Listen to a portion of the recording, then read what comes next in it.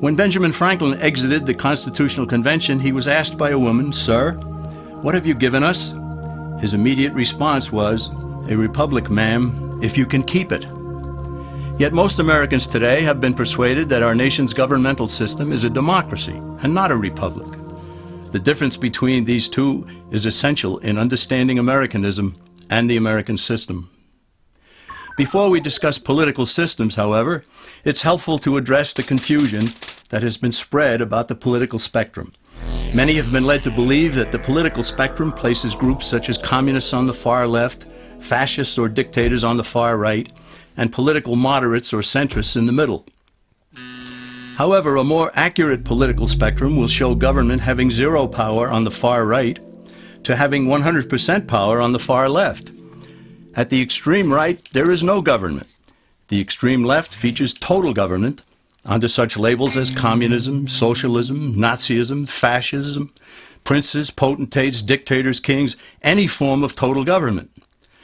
Those who claim that Nazis and fascists are right-wing never define their terms. This amounts to spreading confusion. Toward the middle of the political spectrum can be found the type of government limited to its proper role of protecting the rights of the people. That's where the Constitution of the United States is.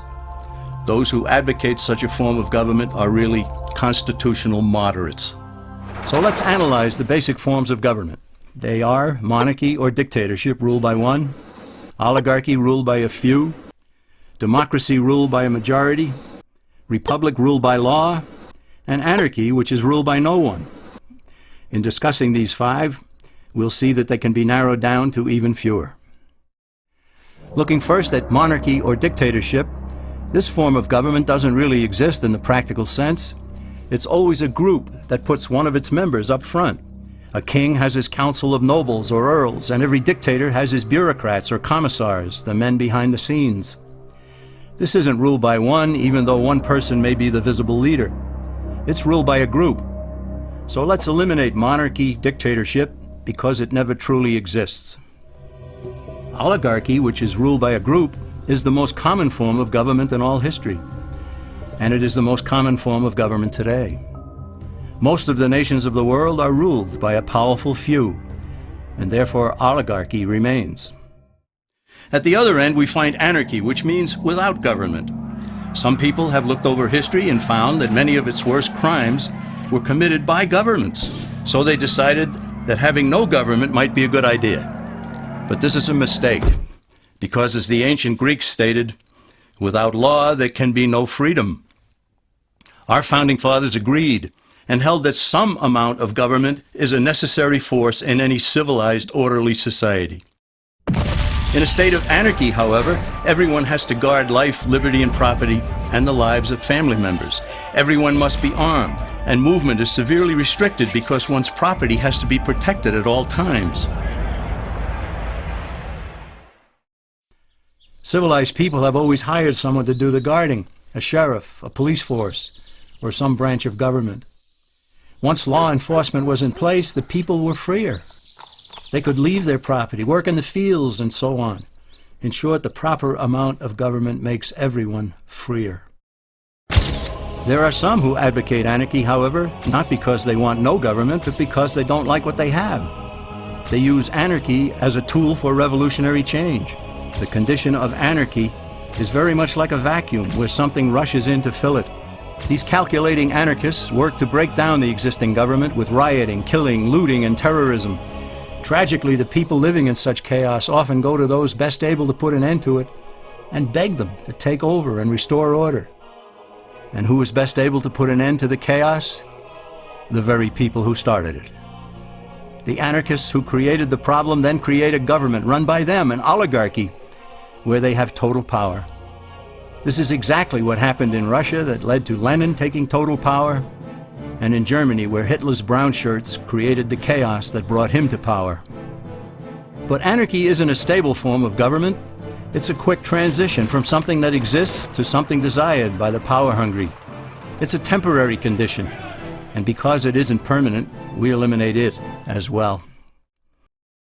The word democracy comes from two Greek words, demos, meaning people, and kratein, meaning to rule. Democracy, therefore, means the rule of the people, majority rule.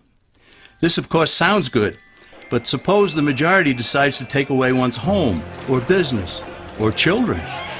Obviously, there has to be a limit. The flaw in democracy is that the majority isn't restrained. If more than half the people can be persuaded to want something in a democracy, they rule. What about republic? Well, that comes from the Latin, res meaning thing, and publica meaning public. It means the public thing, the law. A true republic is one where the government is limited by law, leaving the people alone. America's founders had a clean slate to write on. They could have set up an oligarchy. In fact, there were some who wanted George Washington to be their king. But the founding fathers knew history, and they chose to give us the rule of law in a republic, not the rule of a majority in a democracy. Why? Let's demonstrate the difference in the setting of the Old West. Consider a lynch mob in a democracy. 35 horseback riders chase one lone gunman. They catch him, and they vote 35-1 to hang him. Democracy has triumphed, and there's one less gunman to contend with. Now consider the same scenario in a republic. The 35 horseback riders catch the gunman and vote 35-1 to hang him, but the sheriff arrives, and he says, "You can't kill him. He's got his right to a fair trial." So they take the gunman back to town. A jury of his peers is selected, and they hear the evidence and the defense, and they decide if he shall hang. Does the jury even decide by majority rule? No, it has to be unanimous or he goes free. The rights of the gunman aren't subject to majority rule but to the law. This is the essence of a republic. Many Americans would be surprised to learn that the word democracy does not appear in the Declaration of Independence or the U.S. Constitution, nor does it appear in any of the constitutions of the 50 states. The founders did everything they could to keep us from having a democracy. James Madison, rightly known as the father of the Constitution, wrote in essay number 10 of the Federalist Papers, "Democracies have ever been spectacles of turbulence and contention, have ever been found incompatible with personal security or the rights of property, and have in general been as short in their lives as they have been violent in their deaths."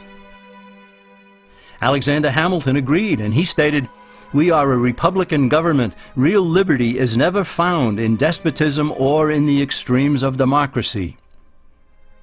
Samuel Adams, a signer of the Declaration of Independence, stated, "Democracy never lasts long. It soon wastes, exhausts, and murders itself." The founders had good reason to look upon democracy with contempt because they knew that the democracies in the early Greek city-states produced some of the wildest excesses of government imaginable. In every case, they ended up with mob rule, then anarchy, and finally tyranny under an oligarchy. During that period in Greece, there was a man named Solon who urged creation of a fixed body of law not subject to majority whims. But where the Greeks never adopted Solon's wise counsel, the Romans did. Based on what they knew of Solon's laws, they created the 12 tables of the Roman law and, in effect, built a republic that limited government power and left the people alone. Since government was limited, the people were free to produce, with the understanding that they could keep the fruits of their labor. In time, Rome became wealthy and the envy of the world. In the midst of plenty, however, the Roman people forgot what freedom entailed. They forgot that the essence of freedom is the proper limitation of government.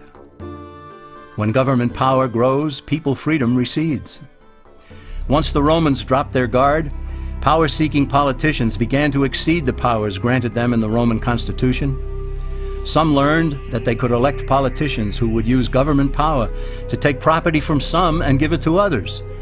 Agriculture subsidies were introduced, followed by housing and welfare programs. Inevitably, taxes rose and controls over the private sector were imposed. Soon, a number of Rome's producers could no longer make ends meet, and they went on the dole. Productivity declined, shortages developed, and mobs began roaming the streets, demanding bread and circuses from the government. Many were induced to trade freedom for security. Eventually, the whole system came crashing down. They went from a republic to a democracy, and ended up with an oligarchy under a progression of the Caesars.